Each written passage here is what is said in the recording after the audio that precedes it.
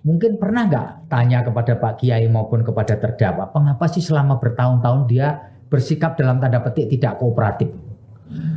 Nah, ini yang salah juga. Ya. Sekarang ini kan kelihatan. Beliau kan diperiksa. Ya. Datang diperiksa. Oh, datang waktu itu. Datang diperiksa semua, kemudian tidak cukup bukti kan? Ya. Keluar SP3. Apa makna SP3 keluar? Berarti kasusnya kan tidak lanjut. Ya. Begitu kasusnya nggak lanjut, berhenti karena nggak cukup bukti, tiba-tiba dia dipanggil lagi sebagai tersangka. Ya. Gimana? Untuk kasus yang sama, untuk korban yang sama, untuk cerita sama, untuk alat bukti yang sama. Gimana kita sebagai warga negara? Itu ya. Saya mencoba memahami kan. Dan kemudian yang terakhir itu, dia menjadi tersangka tidak pernah diperiksa awal. Padahal biasanya sistem di kepolisian kan ada dumas dulu. Ya. Kemudian naik penyelidikan.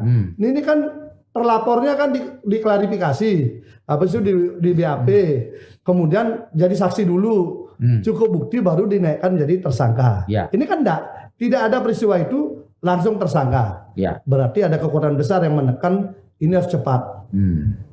Itu. Nah, apakah beliau tidak pernah hadir?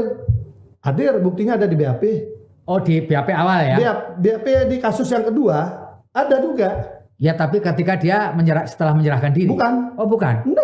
Enggak ya? Enggak, dia di BAP, sempat di Polda, di BAP juga. Oh, gitu. jadi dia sempat datang di BAP. Di BAP lah bukan di BAP setelah dia menyerahkan diri lalu ditempatkan. Waktu menyerahkan diri itu kan sudah P21.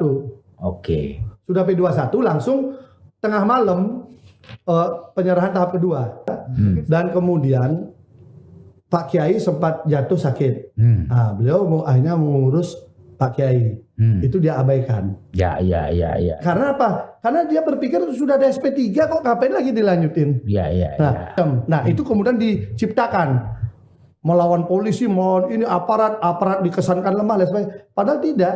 Kalau gitu ngapain ada BAP? Ya. Malah dipertanyakan, kenapa sudah ada SP3?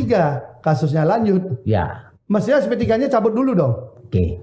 SP3-nya mungkin dianggap bagaimana kan itu. Ya. Atau yang pelapornya menggugat SP3 ini dulu. Dianggap tidak sah kan begitu. Ya. Polisi kan tidak boleh melanjutkan dong. Orang ini dia yang mengeluarkan, polisi mengeluarkan SP3, polisi juga melanjutkan kasusnya dan SP3 ini sampai sekarang nggak pernah dicabut.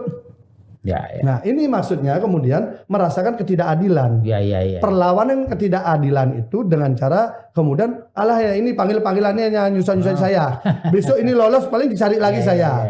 Akhirnya dia lebih mengutamakan merawat Pak Kiai waktu itu ya. Ya. Jadi kalau dia ditaruh DPO itu juga nggak benar juga. Karena DPO itu daftar pencarian orang. Kalau orangnya kabur. Orangnya ada kok. Tiap hari juga naik mobil sana kemari di Jombang. Polisi mau nangkap kan gampang. Kalau mau. Tapi kan harus dibuat cerita yang seram.